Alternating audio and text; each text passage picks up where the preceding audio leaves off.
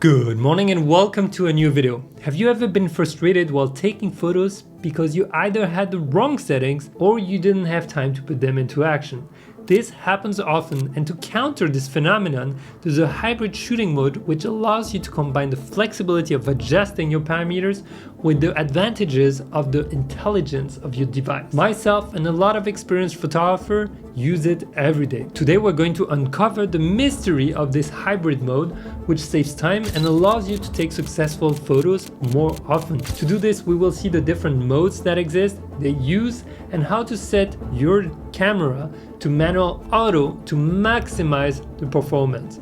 Make sure to watch until the end because there is a special setting to activate if you don't want to have unpleasant surprises on the field, especially in very changing conditions. My name is Pierre Lambert. I am a travel photographer and the creator of the 30-day method to great photos, a step-by-step method for developing your photographer's eyes and skills no matter what gear you're using. I share photo tutorials on this channel, so subscribe to see the next one and join the private community for even more content. Now, let's get started.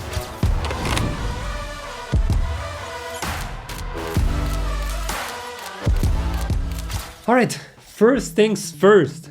Grab your camera, grab a notepad, maybe get ready to take some screenshots because there's a lot coming up. You can see at the top of your camera you have several modes. Usually auto, P, A or AV, S or TV depending on your model, and M. The only thing you need to do in photography is take your camera, turn it all the way to auto and do nothing else. Now take all the photos you want, you will succeed 100% of the time.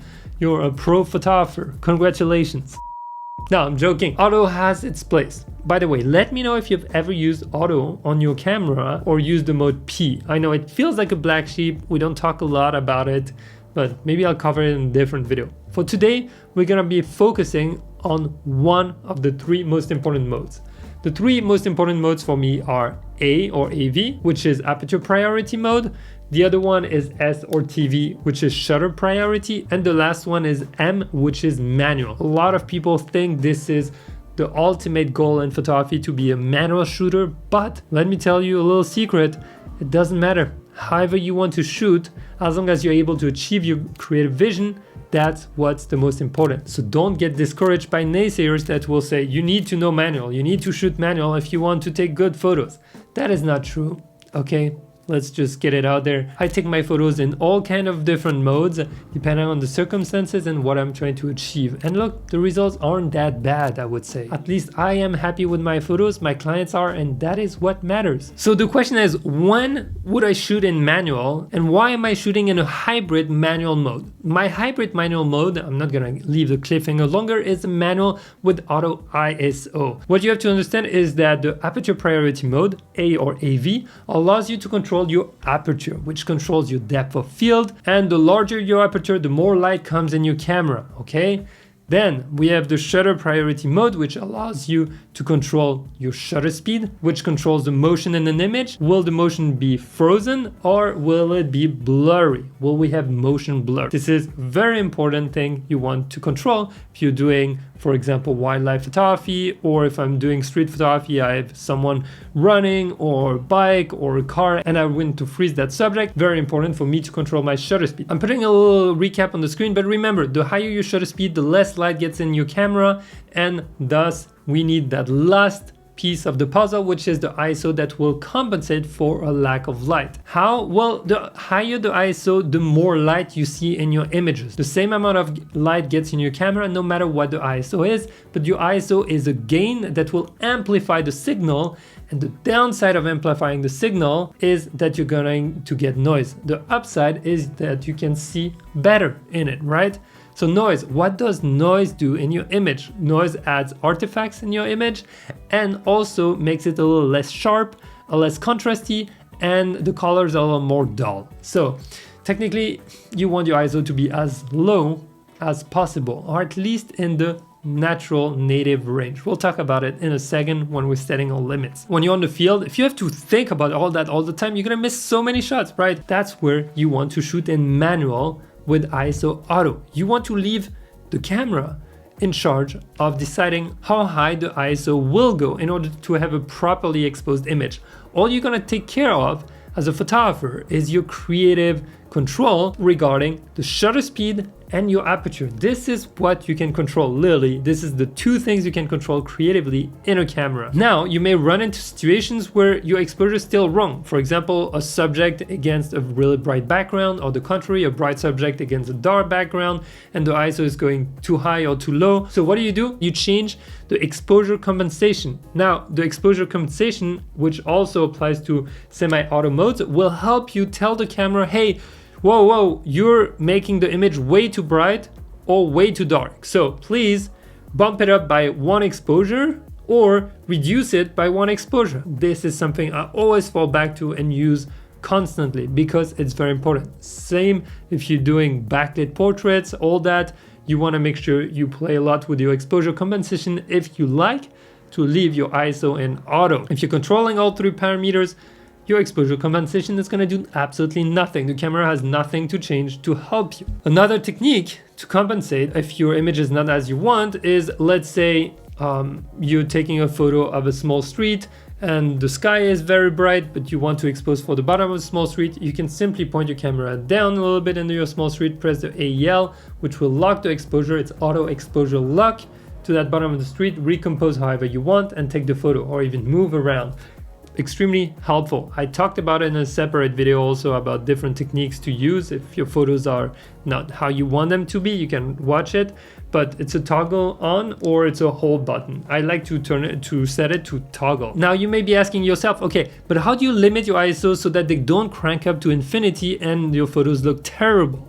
Well, for that, you just go in your menu, and if you're on Sony, you can set a minimum and a maximum range. The same on most manufacturers. So I personally set my ISO to stay in the native range, and every camera has different native ranges, but usually the minimum is ISO 100 on our cameras and the maximum will depend on your model. So right now I can go from ISO 100 to, let's say, ISO 100,000, but there's a little trick. If you look on the side, is that when I get to a certain level, I actually end up with ISO with the bar. The number has a bar on top.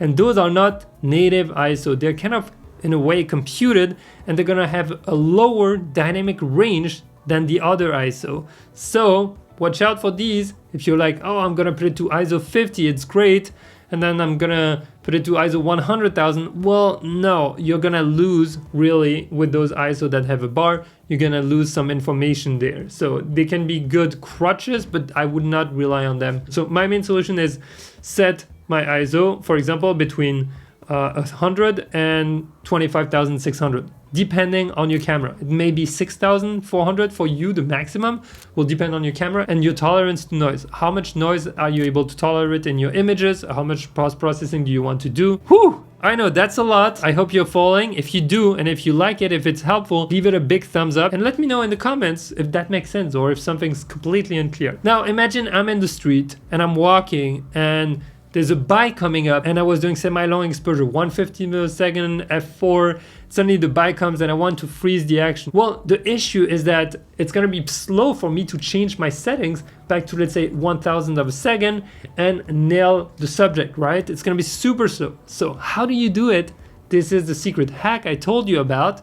You simply set a memory recall button on your camera. It exists on different models. It's maybe called differently outside of Sony, but on Sony I'll show you on the screen, and for other cameras you can also Google it. A memory recall button allows you to set certain settings to a button, and no matter what kind of mode you're in here, the moment you press it, it jumps to that mode. So go in your menu and come down to the shooting section, and then come down to shooting mode, and you see that little thing called regular custom shoot set.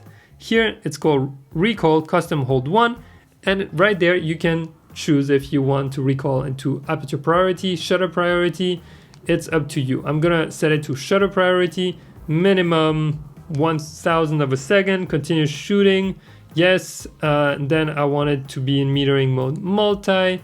I want to continue shooting high plus, so I'm in burst mode, no exposure compensation, metering mode multi, continuous autofocus, yes. Now I set it, I go back to my menu and I go down to the little suitcase, and here I go to operation customize, the camera customize, and I go personally on my camera, the C3 button, number 4.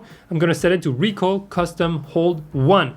And whenever I'm on the field, I press this button, boom, I go straight to shutter priority mode at 1,000 of a second, and I get my photos just like this. Even if I was at 1/15th of a second before, there is no problem. When I press this, I switch in one blink of an eye to the right setting. Super helpful. Let me know if this was helpful, what kind of topic you want me to cover next, and remember to grab my camera settings cheat sheet in the description that will help you on the field. And if you want to dig into how to focus with your camera ultra fast, watch this video. And if you want to understand the light metering modes, watch this one.